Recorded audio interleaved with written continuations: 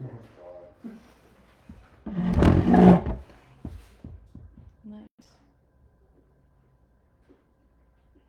This is so funny.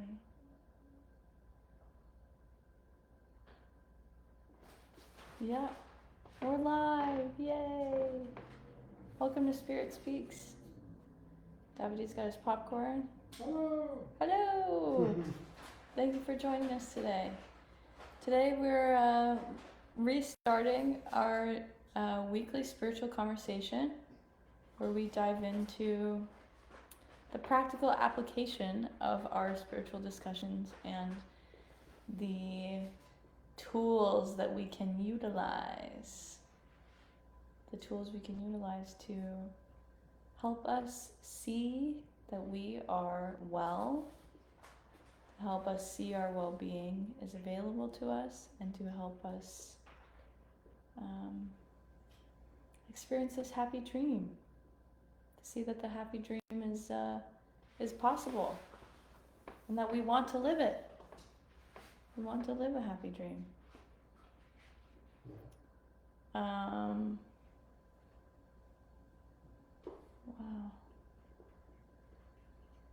I had a client come in today who was really having a pretty difficult time.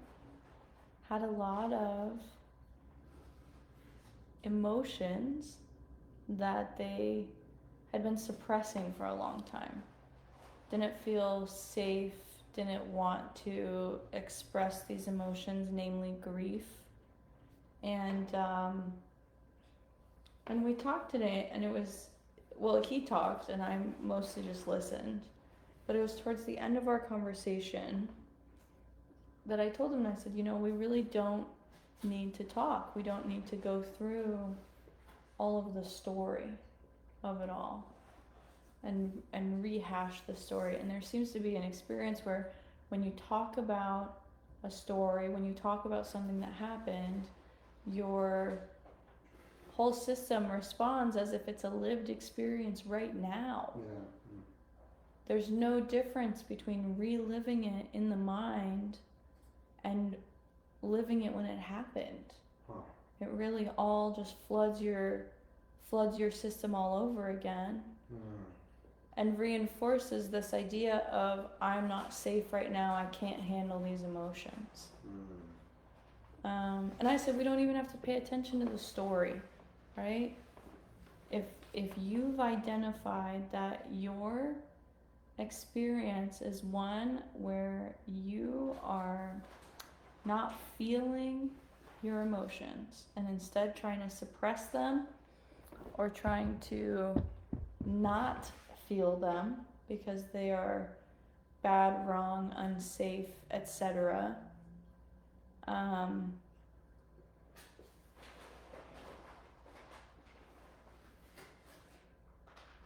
Let's bring correction to that, right? There's nothing wrong with emotions. There's nothing wrong with feelings. There's nothing wrong with expressing them. You can't hurt anyone with your emotions or your feelings or how you express them. So we don't need to fear them at all, because nothing bad can happen there, right? It's a playground. Yeah. So bringing a little more lightheartedness and releasing the fear of emotions, the fear of feelings. You made them. Mm-hmm. You made them in your mind, and then you are afraid of what you made. Because you are an incredible creator. Yeah. Right? You are an incredible maker. We all are. Yeah. And so what you made, you feel afraid of because it feels very real. Mm-hmm. It feels like the whole experience. It feels like all there is.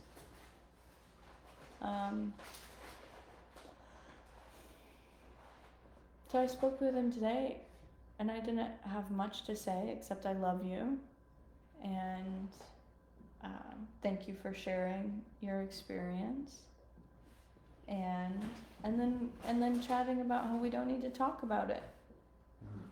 you know? We don't need to rehash the whole story. You don't need to tell me. You can talk. You can tell me all the details that you want to. But this is not like a talk therapy situation, you know? I'm decidedly, intentionally not a psychologist. You know?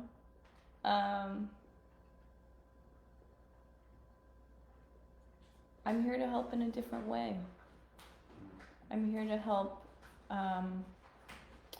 bring relaxation to the mind so that there's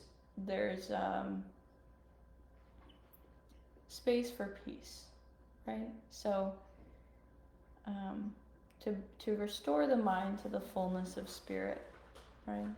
If the mind is overly identified with stress, with guilt and fear and death and separation and all of these things, it seems like there's no space for peace and connection and aliveness, existence to really enter. You're here to share a different point of view, Yeah, and then but to also different way of facilitate. thinking. Yeah, a different point of view, a different way of thinking, but to facilitate that felt sense of peace. To open a door in the mind that says, oh, something else is possible and it affects my experience. Because we can talk about peace all the time. And if someone is wired and tired and overstimulated and constantly thinking and managing their thoughts and all of these things, right? Talking about peace does nothing. Yeah. Talking about it, they're gonna get pissed off if you tell them that God loves them. Yeah.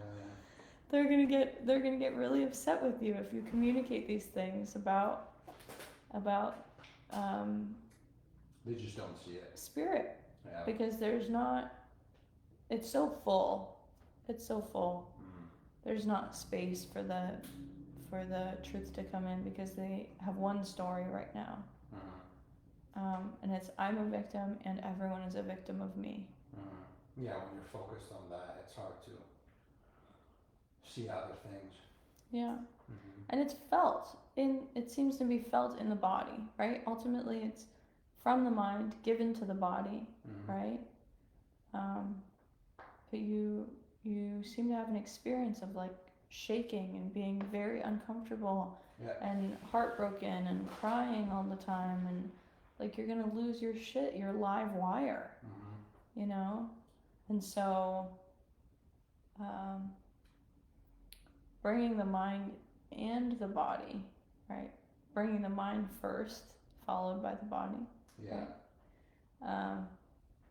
To a state of openness once again. And that's where spirit enters and can enter to stay, can stick around. So that was a great experience today, and I feel called to share a little bit about that, and just recognizing that our feelings do not need to be feared. It seems like they hurt, but they can't hurt us, right?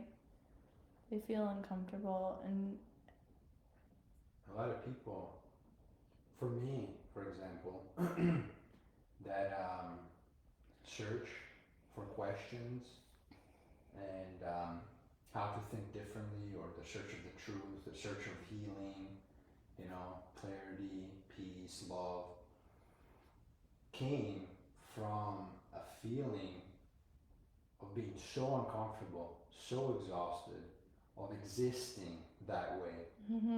Like full of just like sadness and full of doubts and full of confusion, you know.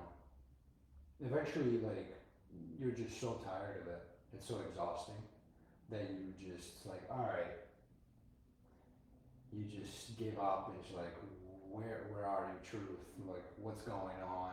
What is this? You know? Mm-hmm. And that's when it starts. When you start to be willing like that, a whole new journey.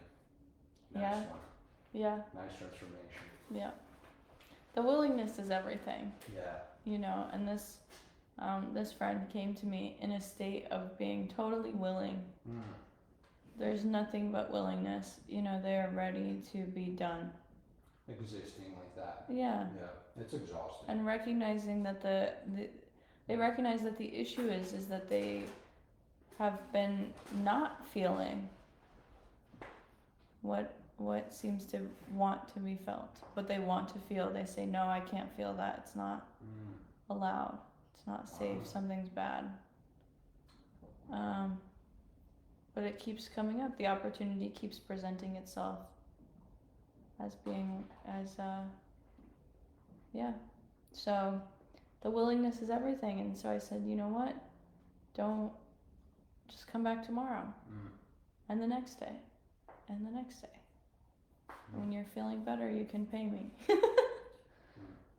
Because this is a beautiful opportunity for healing. A beautiful opportunity for healing beyond the narrative, beyond the mind telling its sad story over and over and over again. Let's get deeper. Let's get really deep and get to the root of it. Yeah. And yeah, so that was a really sweet moment today. Just wanted to share that. And he's yelling. He's yelling, punched a hole in my wall. He started really feeling his emotions. And this is just after our conversation. You know? Where he's telling me about all of this stuff on his mind and in his heart and all of the stuff that he's feeling that he hasn't let himself feel and all of these things. And, you know, it's like this sudden outburst, this yell comes out, right? And I said, oh, I have a soundproof room. Go check it out. Go try it out. It's sound resistant, you know, but you can yell in there. And he did and elbowed the wall. And then he came out and he's like, whoa, so sorry, you know, sorry, but that was great, but it's okay. You know, I'm like, cool. It's no problem. Feel your feelings. And then he yelled some more.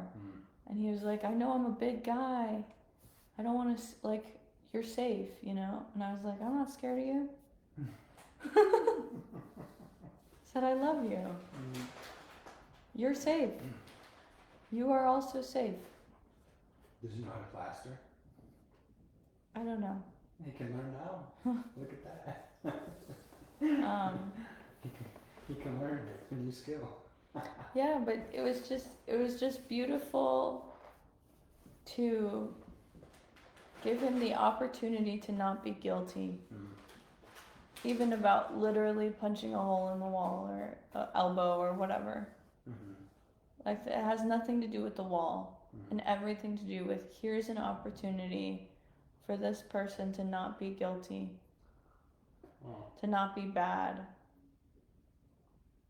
Perfect opportunity to show him that he is not guilty in my action, my behavior, how I choose to see him. How I choose to see him.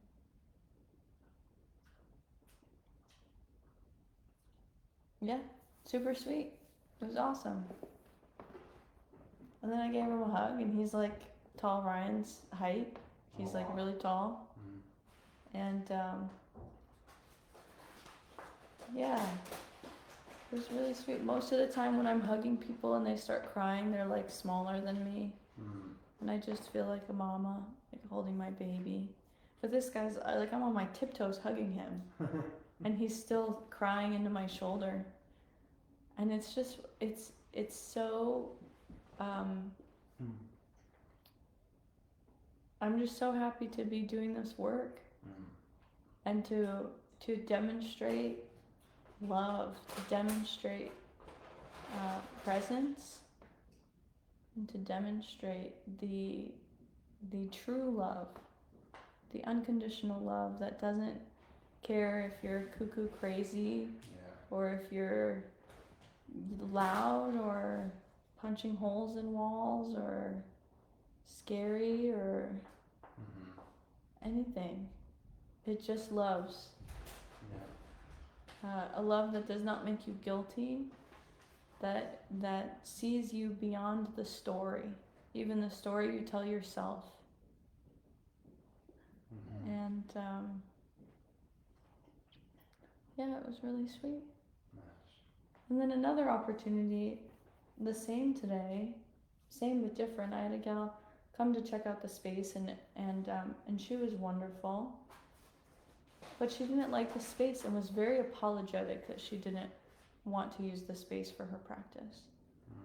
And I told her just many times, I said, you don't have to apologize. I'm not offended. It's totally perfect that you don't like the space and that you don't want to work in this space. Listen to that. Listen to that. There's no pressure at all.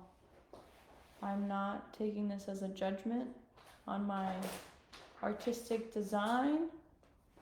I'm not taking it as a judgment on the space itself. I'm certainly not taking it as a judgment on me. But she was very,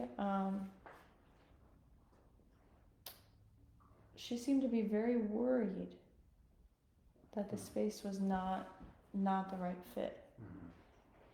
And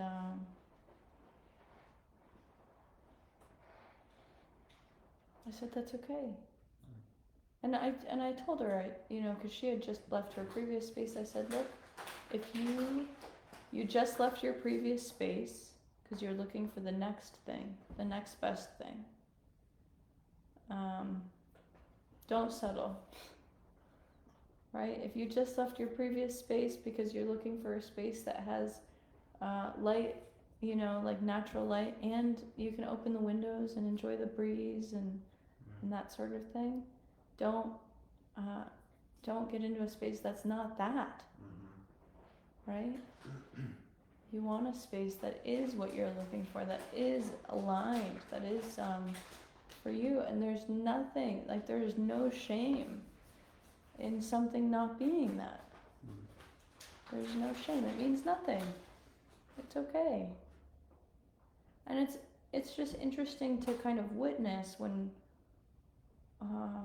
we offer people these little reminders that they are allowed to like things and not like things. When we give people these reminders, you're allowed to not like something, and that's okay. Nobody's offended. Yeah. It's totally fine. And I shared with her, I said, look, this is very flexible. You can try it. You can use it for 1 hour a week. You can use it for a month, and then you find the next space. Or forget about it. Or totally don't use it at all. Yeah. Like, it's totally perfect, whatever you choose. And you could just see, she was like, thank you for saying that.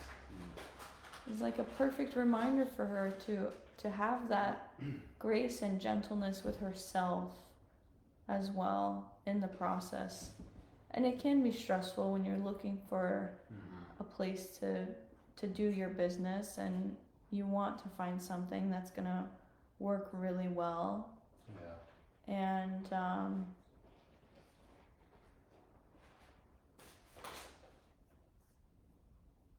yeah.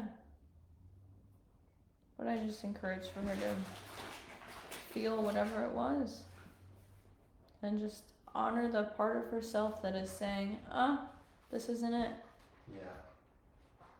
And to know that there's no offense taken.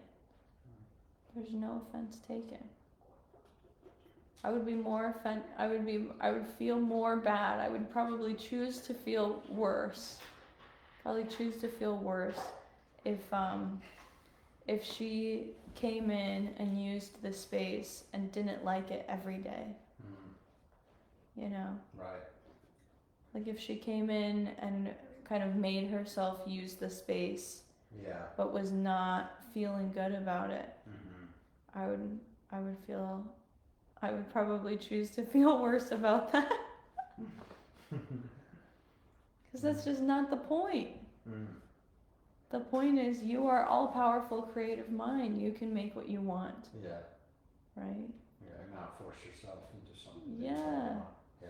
But if you force yourself into something you don't want, that's what you're willing to do. Right. There's something to be learned. Sure. And That's it's what- understanding that you are willing to do that. You're willing to put up with that, Yeah. ultimately. And then eventually, when you get tired, it's like, oh, I don't have to put up with that. Yeah, I can choose another way. right. And then they learn. Yeah, which is exactly where our friend got. Mm-hmm. And it seems that there's a precipice where it's like, oh, I'm getting as close to the edge as possible Mm-hmm. before I fully go bonkers or kill myself or do something absolutely crazy and stupid, right? Yeah. And there's another option, and it's like, okay, maybe there's another option. maybe I don't keep going in this direction. Yeah. There's a fork in the road. And ultimately that fork in the road is there at any time. Mm-hmm. But sometimes it takes people getting to that edge. Getting to that edge where they say, what the fuck is the point? Mm-hmm. What is the point? Why am I here? What am I doing? Is this what I want to be doing? Is this how I want to live my life?